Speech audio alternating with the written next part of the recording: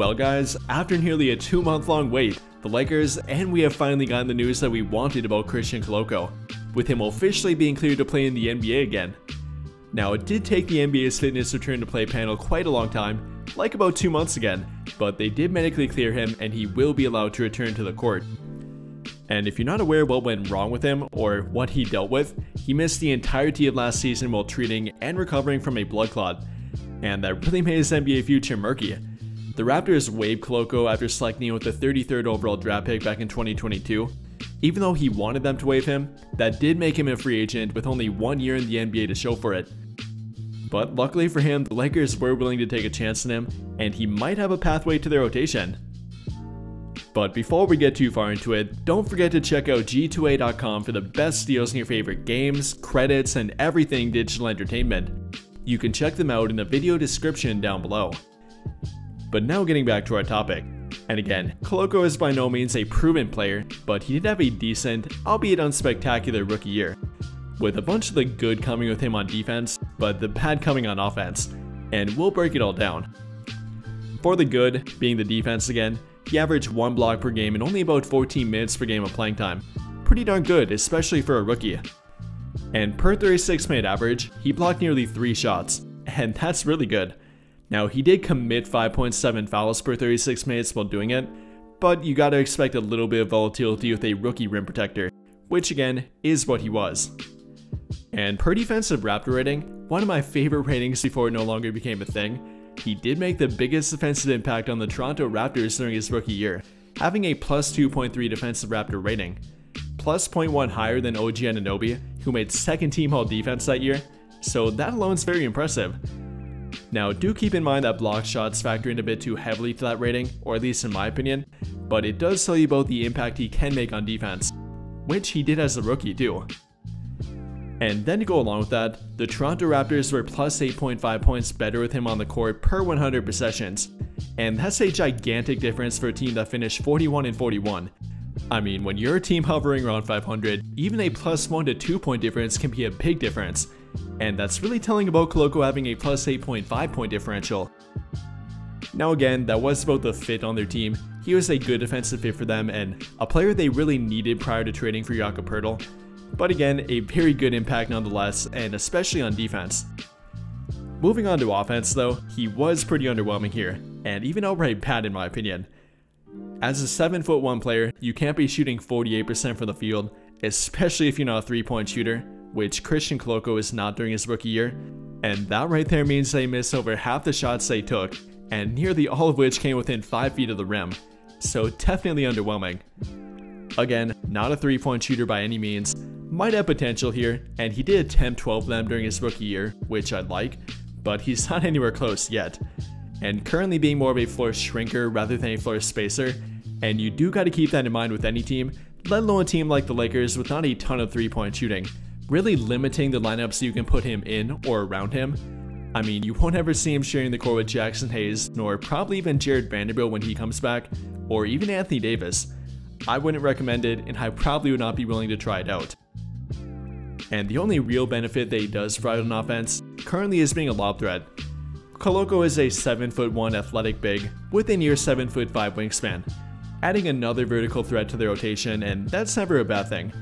Can't really create his own shot or be relied on around the rim, but if you throw him a lob, he typically can throw that down.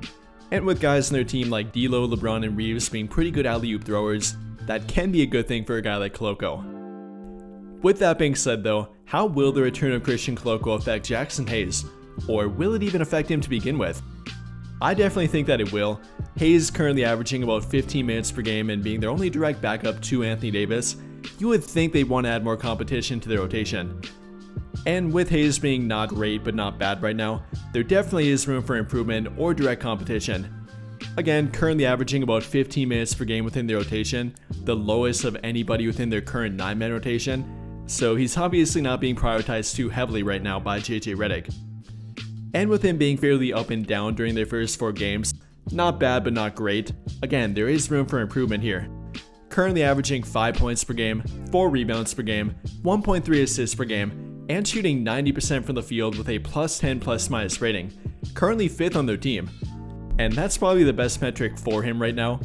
Being 5th on their team in plus-minus rating, he obviously is doing something right on the court, or at least is being paired within good lineups. But again, I don't think that he's done anything to really solidify himself within the rotation, not as their direct backup center, nor as a guy that absolutely needs to be within their every game rotation. Kinda more of a need for them with Christian Wood and Christian Koloko having not been healthy or medically cleared to play up until this point. But now with Koloko returning, that could be viewed as an opportunity for the Lakers to challenge Jackson Hayes. And there's really no wrong with that. It can only go up, really can't go bad for them. But with that in mind, what does one do better than the other? And beginning with offense, I think you do gotta go with Jackson Hayes here. Might not be a versatile offensive big himself, but can do more than Christian Koloko can right now. Again, Koloko's only good offensive trait right now is being a lob threat, and unfortunately for him, that's something that Hayes can offer at a borderline elite level. Not many things you can call Hayes elite at, especially not offensively, but being a lob threat would have to be one of them. Truly an athletic freak for a big man, and even more athletic than Christian Koloko, so I would have to give Hayes the edge here. And then in regard to finishing around the rim, it's really not too difficult to beat out Koloko here either. Koloko only shot 48% during his rookie year, and Hayes is currently shooting 90% from the field. And he did lead their team in field goal percentage last season too, shooting about 72%. So between that, you gotta give Hayes the edge. He doesn't take very many shots, but he does do pretty well at converting the ones that he does take, unlike Christian Koloko. Again, he only played 1 year, being his rookie year, so you gotta give him more time yet, but he was very underwhelming at finishing at the rim. Moving on from offense though, as we can evaluate their 3-point shooting, neither one of them are 3-point shooters, so we gotta move on to defense and rebounding. And for defense, I think Koloko has shown more ability here than Jackson Hayes. Probably not enough to go off of quite yet, but definitely more potential. Only have 1 year to evaluate here unfortunately, but a very good 1 year nonetheless. A way better shot blocker and overall rim protector than Jackson Hayes. I talked about the shot blocking numbers before, Koloko averaging 1 per game, or nearly 3 of them per 36 minutes, and that's compared to Hayes averaging under 1 per game, or only 1.4 per 36 minute average on his career. So shot blocking ability definitely has to go to Christian Koloko.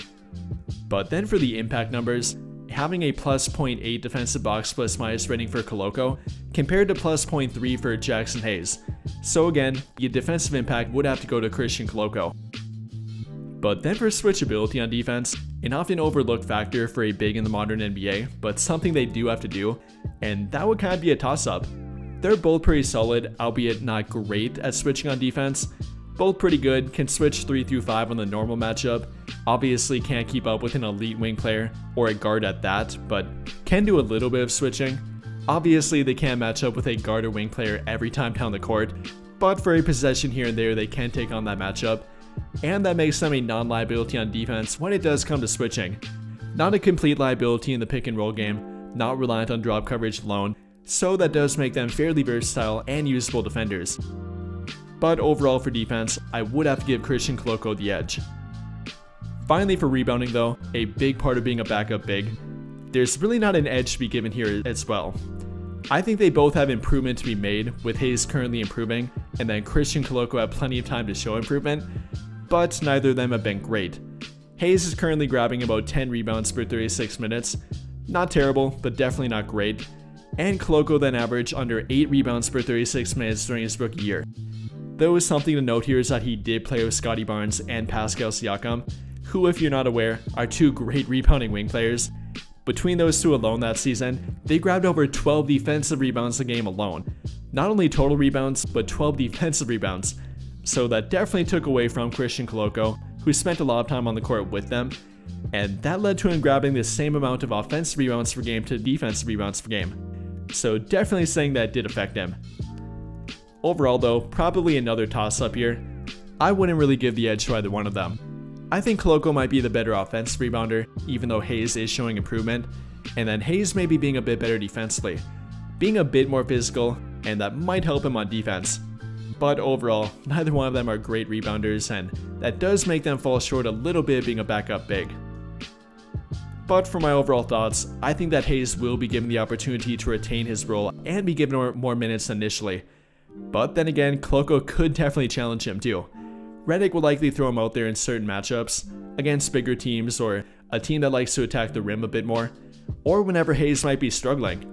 And if Koloko can stand out where Hayes really cannot make an impact, or at least not reliably, especially in regard to rim protection and overall defensive impact, then who knows, maybe Christian Koloko could take away minutes from him and build an every game role.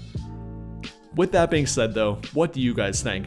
How do you feel about Christian Koloko being medically cleared to return, and the potential impact that he might be able to make on their team? Let me know your thoughts in the comments down below.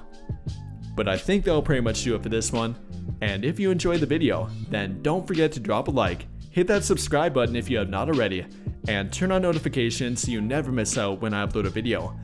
But as always, thank you for watching and have a great day.